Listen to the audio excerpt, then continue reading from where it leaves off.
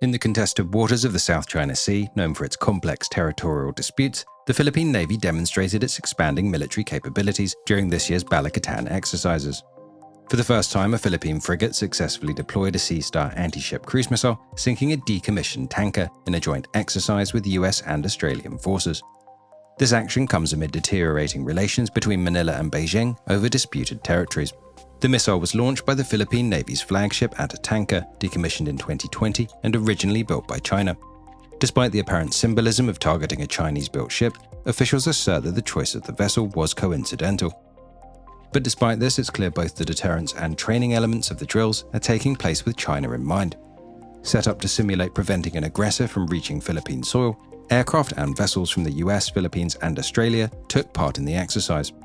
In addition to the Sea Star cruise missile, the ship was also targeted by land-based Philippine artillery and a US AC-130 gunship.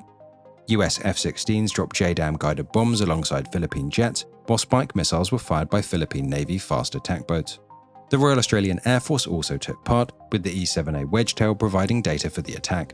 The vessel sank following this bombardment. US Marine Colonel Douglas Krugman explained, "The exercise was about the collective capability of our combined fire networks and increasing interoperability to sense and shoot targets from a variety of Philippine, US, and Australian land, sea, and air platforms." Chinese state-run media responded by calling the drills a clumsy political performance, with a government spokesperson saying, "Countries in the region can all see clearly who is currently provoking military confrontation and escalating tensions in the region."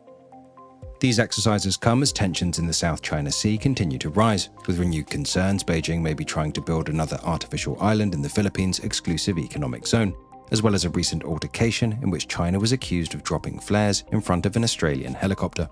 But these various incidents have now pushed the US and allied nations to begin working together more closely, with the US deploying its mid-range capability or Typhoon weapon system to the region, capable of striking the Chinese coast with Tomahawk cruise missiles, and the first joint military drills beginning between the US, Philippines, Australia, and Japan. This grouping of four is now also reported to be moving towards the creation of a new defense partnership in the Indo-Pacific. US Defense Secretary Lloyd Austin said, "These countries share a vision for peace, stability, and deterrence in the Indo-Pacific and have charted an ambitious course to advance that vision together."